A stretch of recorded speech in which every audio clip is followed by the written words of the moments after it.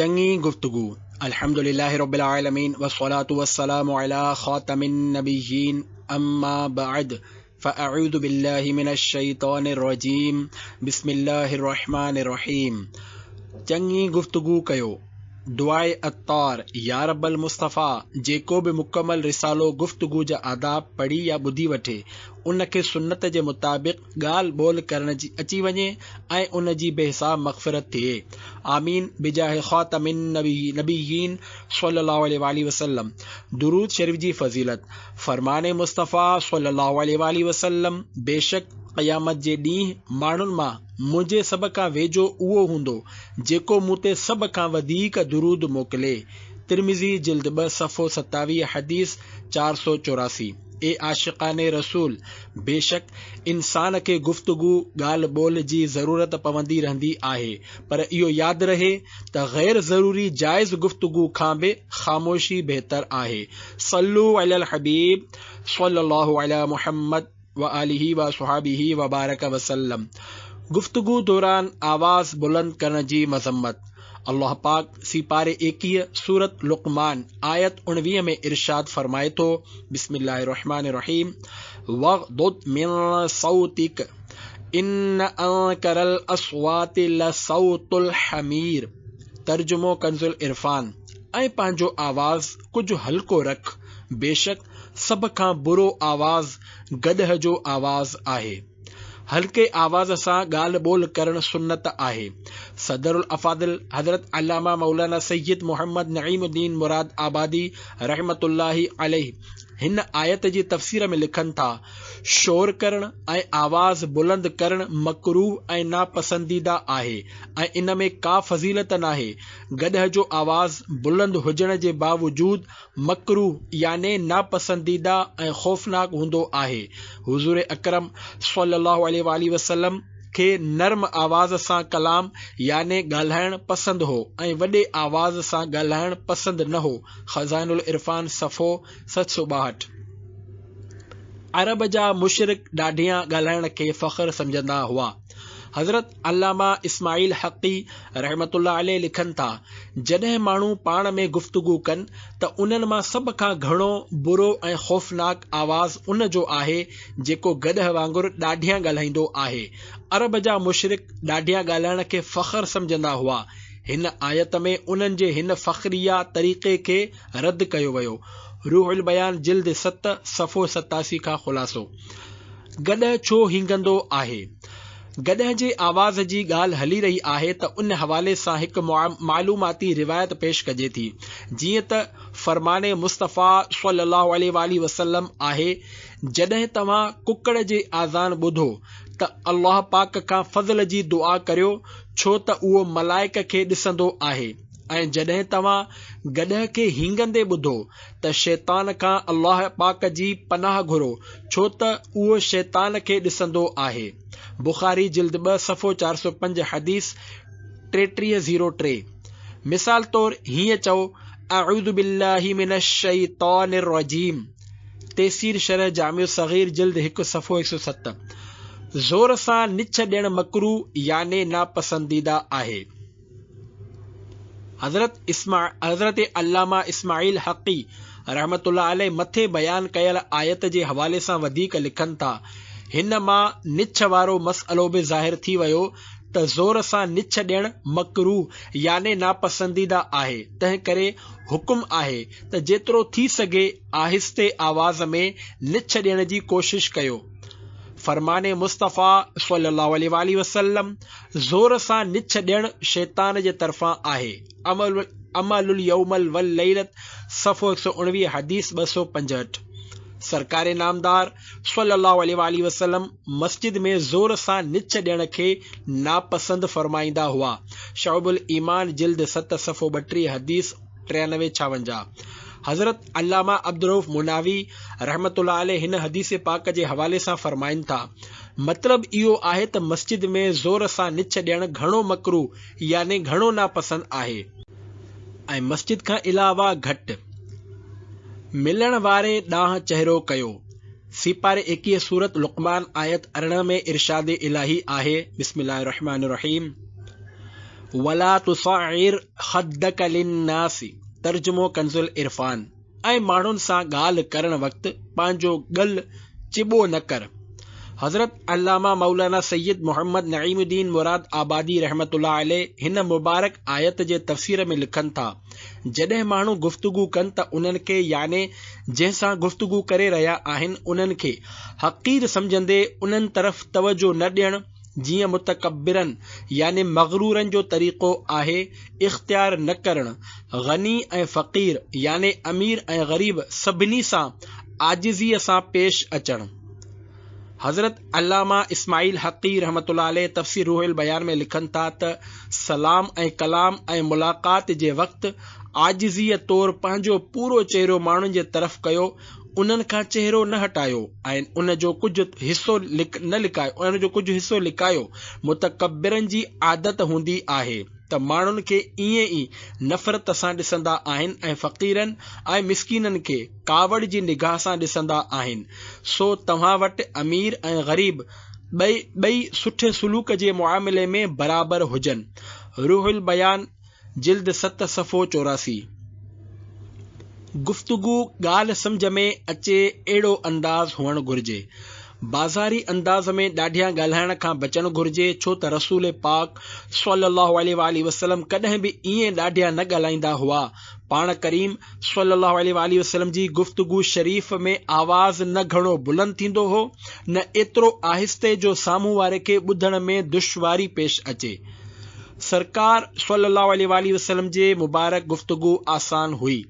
उम्मुल मुमिनीन याने तमाम मुसलमाननि जी मां हज़रत बीबी आयशा रज़ियल्लाहु अन्हा फरमायो त हुज़ूर सल्लल्लाहु अलैहि वसल्लम साफ़ ऐं वाज़िह गुफ़्तगू फरमाईंदा हुआ जो हर ॿुधण वारो उनखे सम्झी वठंदो हो। अबू दाऊद 4 सफ़ो 343 हदीस 48-49। सरकार सल्लल्लाहु अलैहि वसल्लम ॻाल्हि 3 भेरा वरजाईंदा हुआ। ख़ादिमुन नबी हज़रत सैयदुना अनस रज़ियल्लाहु अन्हु खां रिवायत आहे त सरकार मदीना सल्लल्लाहु अलैहि वसल्लम जॾहिं का ॻाल्हि कंदा हुआ त 3 भेरा वरजाईंदा हुआ त जीअं उनखे सम्झियो वञे। बुखारी जिल्द 1 सफ़ो 52 हदीस 95। शरह हदीस मिरआत शरीफ में आहे, याने मसअला बयान करण वक़्तु हिकु मसअलो 3 भेरा दोहराईंदा हुआ त जीअं माण्हुनि जे ज़हन में वेही वञे। हिते हर कलाम 3 भेरा वरजाइण मुराद नाहे। मुस्तफ़ा करीम सल्लल्लाहु अलैहि वसल्लम जी गुफ़्तगू सिरातुल जिनान जिल्द 7 सफ़ो 502 ते आहे। सीरत जे किताब में मज़कूर याने बयान कयो वियो आहे त हुज़ूर अकरम सल्लल्लाहु अलैहि वसल्लम जिन तमाम तकड़ी बेतरतीब गुफ़्तगू न फरमाईंदा हुआ, बल्कि निहायत संजीदगी सां होरियां ॻाल्हाईंदा हुआ ऐं संदन गुफ़्तगू एतिरी त साफ़ ऐं वाज़िह हूंदी हुई जो ॿुधण वारा इनखे सम्झी यादि करे वठंदा हुआ ऐं जेकॾहिं का अहम ॻाल्हि हूंदी हुई त उन जुमिले खे कॾहिं कॾहिं 3 भेरा वरजाईंदा हुआ त जीअं ॿुधण वारा इनखे चङी तरह यादि करे वठनि। पाण करीम सल्लल्लाहु अलैहि वसल्लम बेज़रूरत गुफ़्तगू न फरमाईंदा हुआ, बल्कि अक्सर ख़ामोश ई रहंदा हुआ। पाण करीम सल्लल्लाहु अलैहि वसल्लम जिन खे जवामिउल कलम जो मोजिज़ो अता कयो वियो हो, जो मुख़्तसर जुमिले में वॾी ॻाल्हि खे बयान फरमाए छॾींदा हुआ। मुश्किल ज़बान ॻाल्हाइण वारो वज़ीर।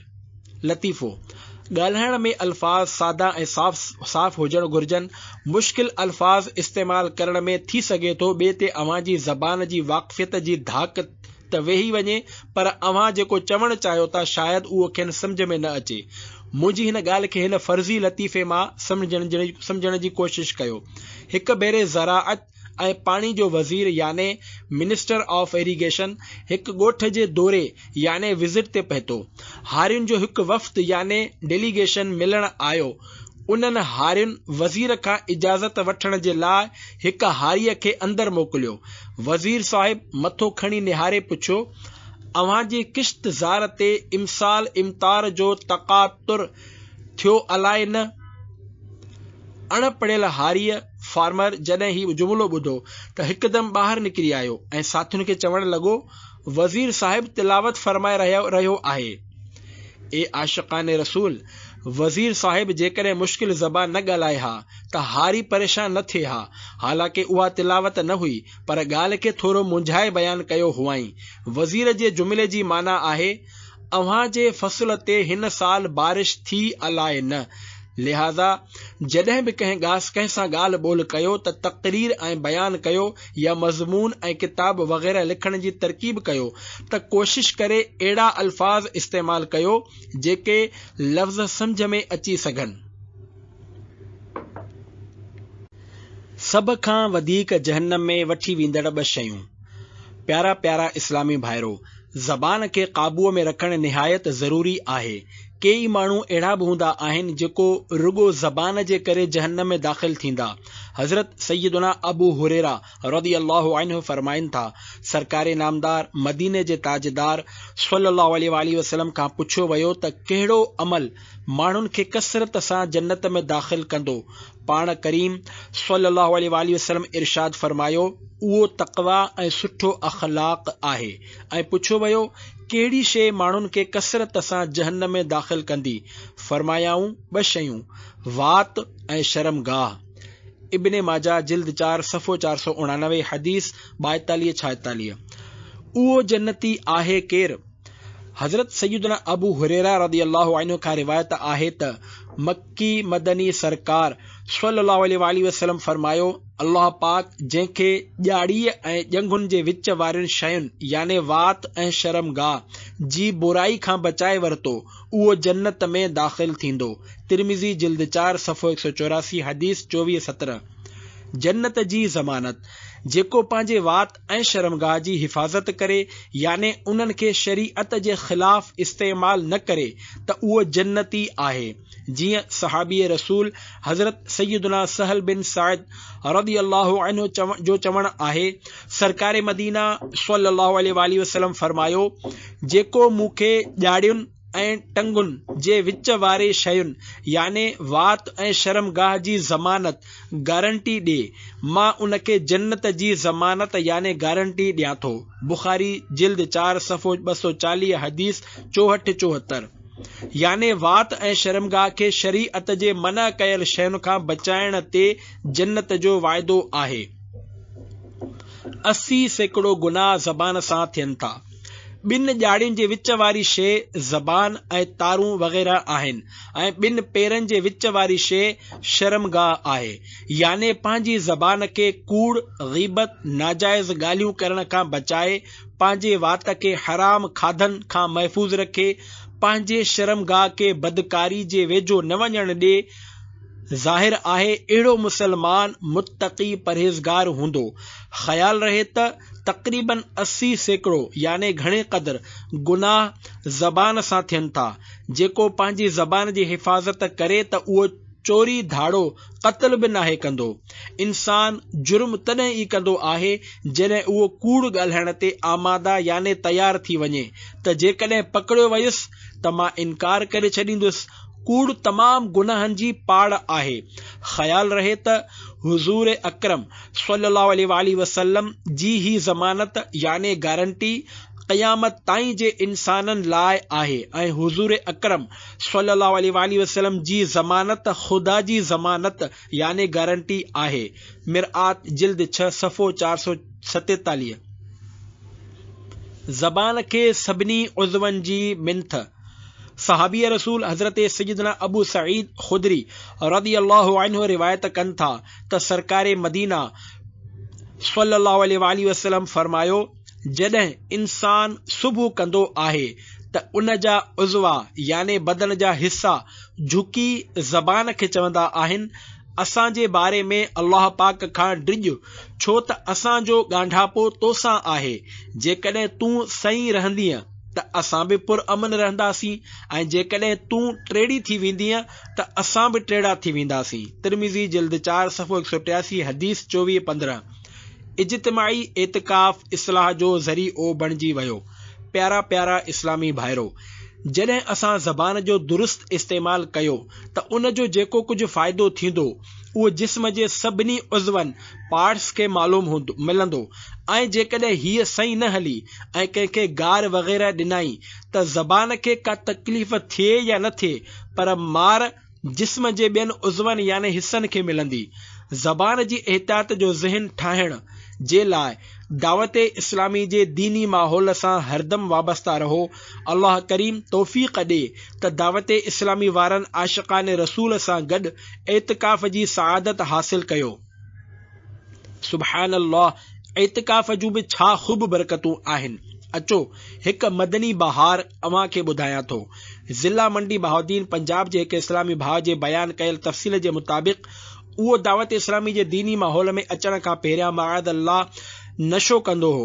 शराब ऐं चर्स जी अहिड़ी आदत थी वई हुयसि जो नशे वारियूं शयूं ख़रीद करण लाइ चोरी ऐं धाड़ो बि हणणु शुरू करे ॾिनो हो, जंहिंजे सबबि संदसि घर वारा बल्कि इलाक़े वारा बि परेशान हुआ। उन जे सुधरण जो मंज़िल ॾांहुं सफ़र हिन तरह शुरू थियो जो उन खे रमज़ान जे बरकत वारे महीने में दावत इस्लामी जे आशिक़ान रसूल सां सुन्नत एतिकाफ़ जी सआदत हासिल थी वई। एतिकाफ़ में सुठी सोबत बि मिली ऐं किताब फैज़ान सुन्नत जो मुतालो बि कंदो रहियो। कुझु अरसे खां बाद उन खे मंडी बहाउद्दीन में क़ाइम दावत इस्लामी जे मदनी मरकज़ फैज़ान मदीना में थियण वारे हफ़्तावार इज्तिमा में शिरकत जो मौक़ो मिलियो, जिते इस्लामी हुलिये में मौजूद आशिक़ान रसूल जी कसीर तादाद ॾिसी दिल जी हालत बदिलजण लॻी। हिकु हफ़्ते खां बाद मुक़रर वक़्त ते ही वरी हफ़्तावार इज्तिमा में पहुची वियो ऐं बयान ॿुधण लॻो। बयान में कुझु अहिड़ो असर हो जो उन जी दिल दुनिया खां बदिलजी वई ऐं ही पंहिंजे गुनाहनि खां तौबह करे ई घर मोटियो। उहो न सिर्फ़ 5 वक़्त जे फ़र्ज़ नमाज़नि जी पाबंदी करण लॻो, बल्कि उन जे चेहरे ते हिकु मुठ ॾाढ़ी बि सजी वई ऐं संदन लिबास बि सुन्नतुनि वारो थी वियो। अल्हम्दुलिल्लाह, उन खे दावत इस्लामी जे मदनी क़ाफ़िले में आशिक़ान रसूल सां गॾु सफ़र करे नेकी जी दावत जूं धूमूं मचाइण जो मौक़ो बि मिलियो। इंशा अल्लाह भाई सुधर जाओगे, मदनी माहौल में कर लो तुम एतिकाफ, मर्ज़े इस्यां से छुटकारा तुम पाओगे, मदनी माहौल में कर लो तुम एतिकाफ। सल्लु अलल हबीब सल्लल्लाहु अला मुहम्मद। ॿिन्ही पासे नज़र अचण वारा बुलंदो बाला जन्नती माड़ियूं। मुसलमाननि जे चौथे ख़लीफ़े हज़रत सैयदना मौला अली शेर ख़ुदा रज़ी अल्लाहु अन्हु खां रिवायत आहे त हुज़ूर अकरम सल्लल्लाहु अलैहि वसल्लम फरमायो, जन्नत में अहिड़ियूं माड़ियूं याने ऊंचा मकान आहिनि जिन जा ॿाहिरियां हिस्सा अंदरां ऐं अंदरियां ॿाहिरां नज़र ईंदा आहिनि। हिकु आराबी याने ॻोठ में रहण वारे शख़्स अर्ज़ कयो, या रसूल अल्लाह सल्लल्लाहु अलैहि वसल्लम, उहे कंहिंजे लाइ हूंदा? पाण सल्लल्लाहु अलैहि वसल्लम फरमायो, जेको चङी गुफ्तगू करे, खाधो खाराए, हमेशा रोज़ा रखे ऐं राति जो नमाज़ अदा करे जॾहिं माण्हू सुतल हुजनि। तिर्मिज़ी जिल्द 3 सफ़ो 396, हदीस 1991।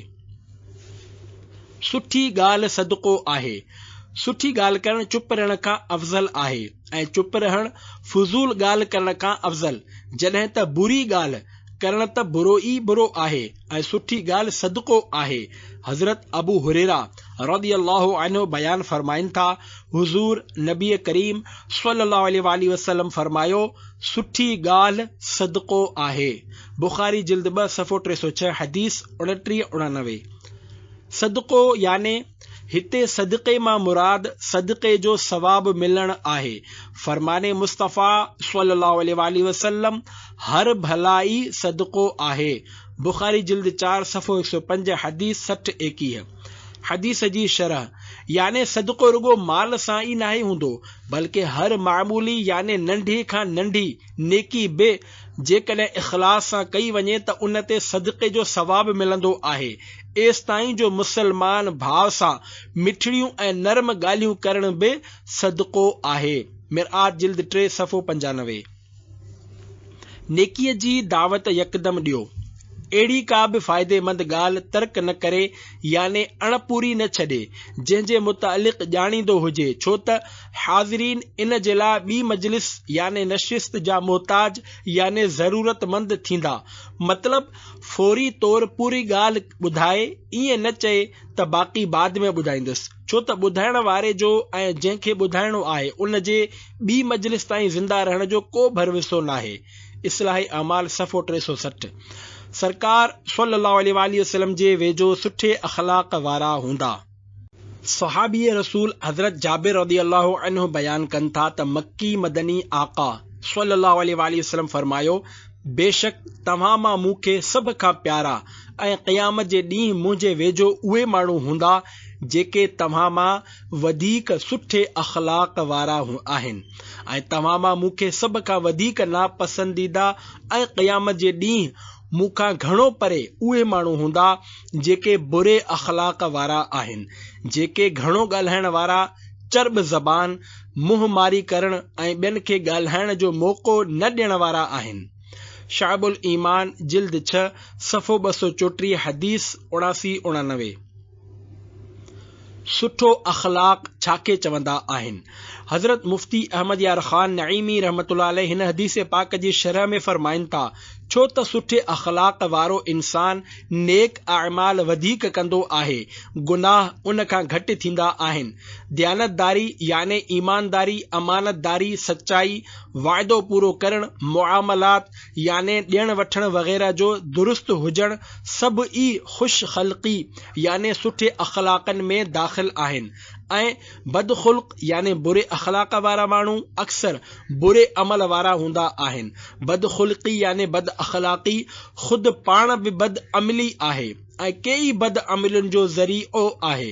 कूड़, अमानत में ख़यानत, वाइदा खिलाफ़ी, ठगी याने ॾियण वठण में फेर घेर वग़ैरह समूरियूं बद अखलाकीअ जूं शाखूं ब्रांच आहिनि। मिरातुल मनाजी जिल्द 6 सफ़ो 436। सभ खां घणे नुक़सान वारी शइ, ए आशिक़ाने रसूल, ज़बान जी हिफ़ाज़त तमामु घणो ज़रूरी आहे, छो त सभ खां वधीक फ़साद ऐं नुक़सान उन्हीअ सां ई ज़ाहिर थियनि था। सहाबी रसूल हज़रत सैयदना सुफ़ियान बिन अब्दुल्लाह रज़ियल्लाहु अन्हु खां रिवायत आहे त मूं हिकु दफ़े दरबारे रिसालत में अर्ज़ कयो, या रसूल अल्लाह सल्लल्लाहु अलैहि वसल्लम, अव्हां मुंहिंजे लाइ सभ खां वधीक ख़तरनाक ऐं नुक़सान वारी शइ कंहिंखे क़रार ॾियो था? त सरकारे मदीना सल्लल्लाहु अलैहि वसल्लम पंहिंजी ज़बान मुबारक पकड़े पोइ फरमायो, हिन खे। तिरमिज़ी जिल्द 4 सफ़ो 184 हदीस 24-18। कन आईने वांगुर ऐं फुज़ूल कलाम पत्थरन वांगुर आहे। हज़रत अब्दुल वहाब शईरानी रहमतुल्लाह अलैह फरमाइनि था, मूं शेख अफ़ज़लुद्दीन रहमतुल्लाह अलैह खे फरमाईंदे ॿुधो त कन आईने वांगुर ऐं फुज़ूल कलाम पत्थरनि वांगुर आहे। जॾहिं बि उन आईने में पत्थर हया वञनि त आईनो टुटी करे ज़रा ज़रा थी वेंदो। ज़बान में हॾी नाहे पर हॾियूं टोड़ाए छॾींदी आहे। चयो वञे थो त ज़बान में हॾी नाहे पर हॾियूं टोड़ाए छॾे थी। ज़बान तलवार नाहे पर रत वहाए छॾे थी। कंहिं केतिरनि भली ॻाल्हि चई आहे, जिन ॻाल्हियुनि ते झगड़ो करे माण्हू मिटीअ जे मणनि हेठियां वञी सुम्हनि था, उन्हनि ई ॻाल्हियुनि ते थोरी मिटी विझी करे दुनिया में पुरसुकून ज़िंदगी गुज़ारे सघिजे थी। कंहिंखे गॾह या सूअर चवण। ताबई बुज़ुर्ग हज़रत इब्राहिम नख़ई रहमतुल्लाह अलैह फरमाइनि था, जेकॾहिं को शख़्स कंहिं गॾह, डोंकी या सूअर पिग चई करे पुकारींदो त क़यामत जे ॾींहुं उन पुकारण वारे खां पुछियो वेंदो, ॿुधाए छा मूं उनखे गॾह बणायो हो? ॿुधाए छा मूं उनखे सूअर पैदा कयो हो? इहयाउल उलूम उर्दू जिल्द 3 सफ़ो 494, इहयाउल उलूम जिल्द 3 सफ़ो 200। मुसलमाननि खे बुरे लक़ब सां पुकारण गुनाह आहे। ए आशिक़ाने रसूल, मुसलमाननि खे ख़राब नालनि सां पुकारण क़ुर्आन जे हुक्म मुताबिक़ मना आहे। अल्लाह पाक सीपारे 26 सूरतुल हुजरात आयत नंबर 11 में फरमाए थो, वला तनाबज़ू बिल अलक़ाब। तर्जुमो कंजुल इरफान। ऐं हिक ॿिए जा बुरा नाला न रखो। मालूम थियो त मुसलमाननि खे बुरे नाले सां पुकारण या बुरो नालो रखण मना आहे। मुफ़स्सिरनि अलॻि अलॻि अल्फाज़ में हिन आयत मुबारक जी वज़ाहत फरमाई आहे। उन्हनि मां सिरातुल जिनान जिल्द 9 सफ़े नंबर 431 खां 432 मां 2 वज़ाहतूं पेश कजनि थियूं। हिकु, कुझु आलिमनि फरमायो बुरा नाला रखण मां मुराद कंहिं मुसलमान खे कुतो या गॾ या सूअर चवण आहे। 2, कुझु आलिमनि फरमायो हिन मां उहे लक़ब टाइटल्स मुराद आहिनि जंहिंसां मुसलमान जी बुराई निकिरंदी हुजे ऐं हू उनखे पसंदि न कंदो हुजे, पर तारीफ़ जोगा लक़ब जेके सचाइता हुजनि मना न आहिनि। जीअं त मुसलमाननि जे पहिरें ख़लीफ़े हज़रत अबू बकर रज़ी अल्लाहु अन्हु जो लक़ब अतीक़ ऐं ॿिए ख़लीफ़े हज़रत उमर रज़ी अल्लाहु अन्हु जो लक़ब फारूक ऐं टे ख़लीफ़े हज़रत उस्मान गनी रज़ी अल्लाहु अन्हु जो ज़ुन्नूरैन ऐं चौथे ख़लीफ़े हज़रत अली रज़ी अल्लाहु अन्हु जो लक़ब अबू तुराब ऐं सहाबी रसूल हज़रत ख़ालिद रज़ी अल्लाहु अन्हु जो लक़ब सैफुल्लाह ऐं जेके लक़ब इस्म याने नाले जी सूरत इख्तियार करे विया ऐं लक़बनि वारे खे बुरो नथो लॻे त खाइन्स उन्हनि लक़बनि सां पुकारण बि मना नाहे। जीअं मशहूर मुहद्दिसन अअमश याने कमज़ोर नज़र वारो ऐं अअरज याने हिक पेर खां माज़ूर वग़ैरह। ख़ाज़िन जिल्द 4 सफ़ो 177। मलाइक लानत मोकिलींदा आहिनि। अल्लाह पाक जे प्यारे प्यारे आख़िरी नबी मुहम्मद अरबी सल्लल्लाहु अलैहि वसल्लम इरशाद फरमायो, जंहिं बि कंहिं मुसलमान खे उन जे नाले खां अलावा कंहिं लफ़्ज़ याने बुरे नाले सां पुकारियो मलाइक उन ते लानत कंदा आहिनि। जामे सग़ीर सफ़ो 525, हदीस 86-66। हदीस जी शरह हज़रत अल्लामा अब्दुर्रऊफ़ मुनावी रहमतुल्लाह अलैह वफ़ात 1031 हिजरी बयान फरमाइनि था, मलाइक उन ते लानत कंदा आहिनि जो मतिलबु ही आहे त मुसलमान खे बुरे नाले सां पुकारण वारे जे लाइ मलाइक नेक माण्हुनि जे मक़ाम ऐं मर्तबे खां महरूमी जी दुआ कंदा आहिनि, जॾहिं त नाले खां अलावा कंहिं ॿिए लफ़्ज़ सां पुकारण मां मुराद ही थी सघे थो त अहिड़े नाले या लक़ब सां पुकारण जेको उनखे बुरो लॻे। जेकॾहिं अहिड़नि लफ़्ज़नि सां पुकारियो जेके खेसि बुरा नथा लॻनि त हर्ज नाहे। जीअं कंहिंखे संदसि असल नाले खां अलावा ए अब्दुल्लाह, ए अदा वग़ैरह चई पुकारण। ॿारनि खां बि सच ॻाल्हायो। हज़रत सहाबी नबी हज़रत अब्दुल्ला बिन आमिर रज़ी अल्लाहु अन्हु पंहिंजे नंढपण शरीफ़ जो वाक़ियो बयान कंदे ॿुधाइनि था त नबी करीम सल्लल्लाहु अलैहि वसल्लम हिकु ॾींहुं असांजे घर तशरीफ़ फरमा हुआ त मुंहिंजी अमड़ साइण मूंखे पाण वटि घुराए चयो त हेॾे अचु त मां तोखे कुझु ॾियां। रसूल अकरम सल्लल्लाहु अलैहि वसल्लम मुंहिंजी अमड़ साइण खां पुछियो, अव्हां इनखे छा ॾियण जो इरादो कयो आहे? उन्हनि अर्ज़ कयो, मां हिन खे खजूर ॾींदसि। पाण करीम सल्लल्लाहु अलैहि वसल्लम फरमायो, जेकॾहिं तूं उनखे कुझु न ॾीं हा त तुंहिंजो हिकु कूड़ लिखियो वञे हा। अबू दाऊद जिल्द 4 सफ़ो 387, हदीस 49-91। हज़रत अब्दुल्ला बिन आमिर जो ज़िक्र ख़ैर। अचो ही रिवायत बयान करण वारे सहाबी नबी हज़रत अब्दुल्ला बिन आमिर रज़ी अल्लाहु अन्हु जा मुबारक हालात ॿुधूं था। संदन नालो मुबारक हज़रत अब्दुल्ला इब्न आमिर इब्न कुरैज़ आहे। पाण कुरैशी आहिनि। मुसलमाननि जे टे ख़लीफ़े हज़रत सैयदना उस्मान गनी रज़ी अल्लाहु अन्हु जा मारोट आहिनि। विलादत याने बर्थ जो खां पोइ उन खे सरकार मदीना सल्लल्लाहु अलैहि वसल्लम जी ख़िदमत में आंदो वियो। पाण करीम सल्लल्लाहु अलैहि वसल्लम उन ते दम कयो ऐं हज़रत उस्मान गनी रज़ी अल्लाहु अन्हु जी ख़िलाफ़त वारे दौर में बसरा ऐं खुरासान जा गवर्नर रहिया। हज़रत सैयदना अमीर मुआविया रज़ी अल्लाहु अन्हु खेनि उन उहिदे ते क़ाइमु रखियो। बसरा जे नहर शाख पाण रज़ी अल्लाहु अन्हु खोटराई ॾाढा सख़ी हुआ। 57 या 58 हिजरी में इंतकाल थियो। अल असाबत लिइब्न हजर जिल्द 5 सफ़ो 14 खां 15। माल ऐं मकान ॿई रखो वाक़िओ।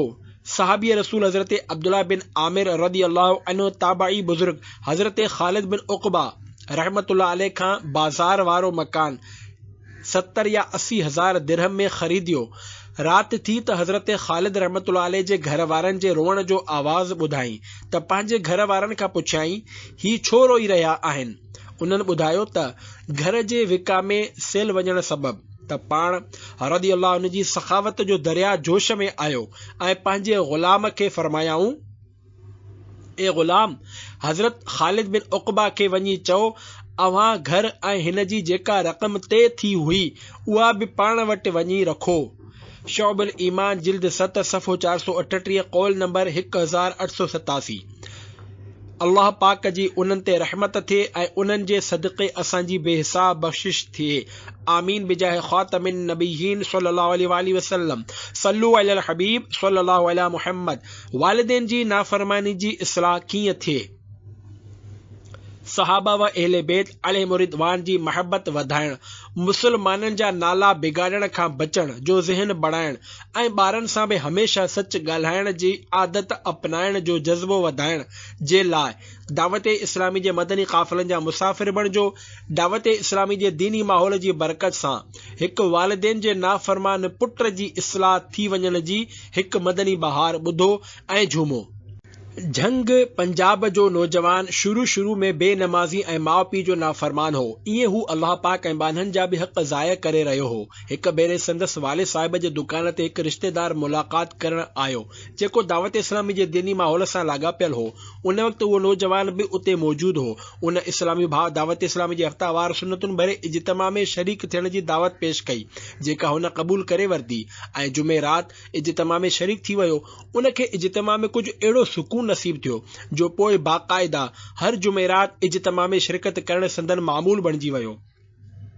एतिरो ई न, रिश्तेदार इस्लामी भाउ जे कोशिश सां उन सुन्नतूं सिखण सेखारण जे 3 ॾींहं जे मदनी क़ाफ़िले में सफ़र जी सआदत बि हासिल कई। मदनी क़ाफ़िले में आशिक़ान रसूल खेसि तरबियती कोर्स करण जो ज़हन ॾिनो। जॾहिं ही मदनी क़ाफ़िले खां घर मोटियो त वालिदैन जी नाफ़रमानियुनि ते शर्मसार हो।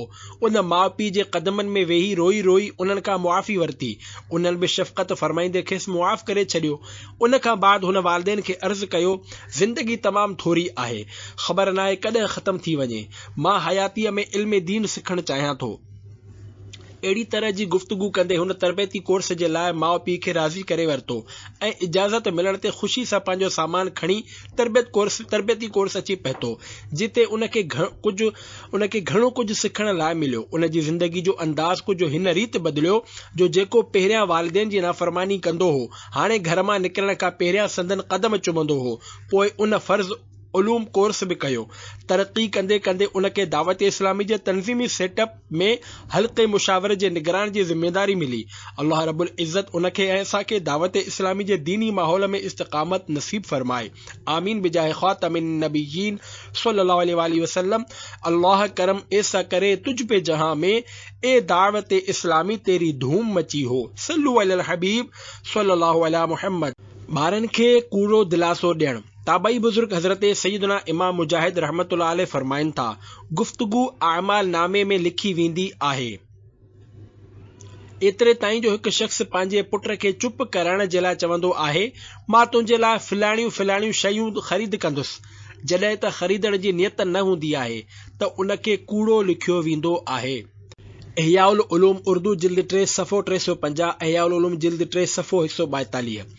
ॿार खे रिझाइण जे लाइ मुहतात तरीक़ो इख़्तियार कयो। अफ़सोस, अॼुकल्ह ॿारनि खे ज़िद तां लाहिण जे लाइ कसरत सां कूड़ ॻाल्हायो वेंदो आहे। मिसाल तौर, नियत न हुजण बावजूद चयो वेंदो आहे, तोखे रांदीका, झूला, टॉफ़ियूं, फिलाणा बिस्किट वठी ॾींदासीं, फिलाणे डिश पचाए खाराईंदासीं, फिलाणी जॻह घुमण हलंदासीं, वग़ैरह वग़ैरह।